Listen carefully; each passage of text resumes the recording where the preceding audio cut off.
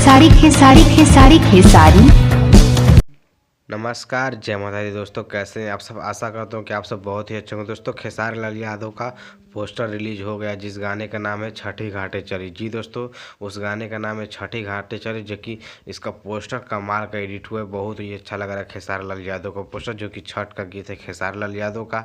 और उस गाने को गाए हैं खेसारी लाल यादव, साथ में अंतरा सिंह प्रियंका, जो कि बहुत ही कमाल का सॉन्ग बना है। जी दोस्तों, और उस गीत को लिखे हैं अखिलेश कश्यप और म्यूजिक दिए हैं श्याम सुंदर जी।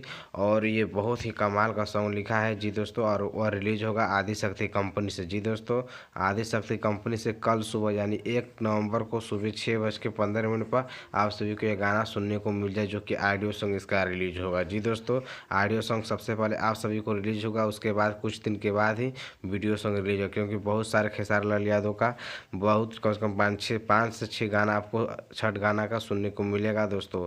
तो इस चैनल को जल्दी सब्सक्राइब कीजिए ताकि आपको इसके बारे में और जानकारी चाहिए। तो दोस्तों, तो ये गाना का पोस्टर कैसा लगा कमेंट में ज़रूर बताइएगा। और इस वीडियो को हम यहीं पर समाप्त करते हैं। जय माता दी, धन्यवाद।